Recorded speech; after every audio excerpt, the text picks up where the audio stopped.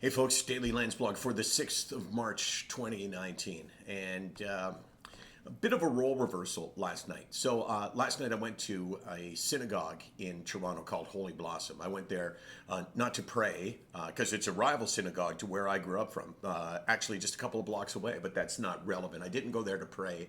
I went there to hear Lise Sklar speak. Lise Sklar is Luke Sklar's wife. And as you know, if you follow this blog at all, you know that Luke was a friend of mine who died, took his own life last May or last June.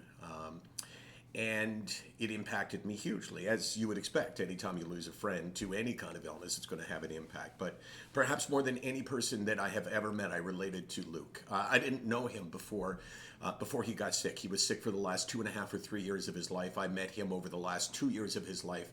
And all I know about him before that is what I heard from Lise and from others. And in a lot of ways, she said to me last night before she spoke, she said, he's kind of like, he reminds me, or you remind me of him. Attitude about life, desire to make the people around happy, a bounce in the step. And that kind of lasted with me throughout her speech as I listened to her talking about how he was before he was sick, and then how he was after he got sick. And it was so devastating to hear it. It was so devastating because I could just relate to every single word. She talked about how he got an award. What he learned that he was getting a marketing award, a massive achievement for a guy who apparently was brilliant. Again, I never knew him in business.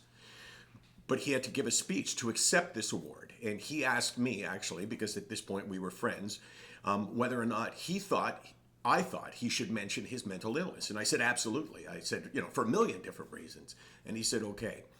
So I knew that, and I knew he mentioned it, and I knew it was well received, and I knew that people came up to him afterwards and messaged him and said, oh my gosh, I can't believe that you struggle.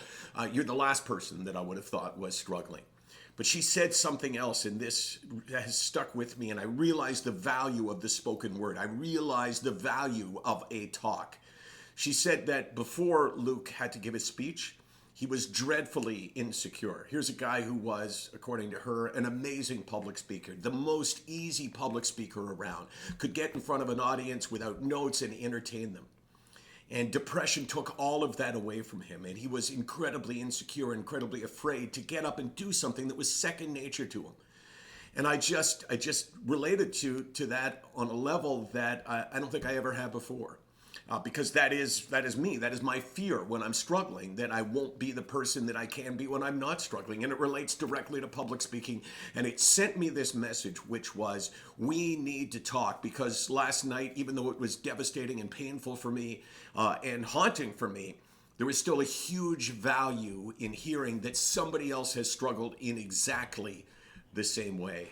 Luke Sklar didn't make it. And there's people that suggest that, well, what's the point in talking about Luke Sklar if he didn't make it? What kind of an example is that? I mean, he wasn't able to be helped.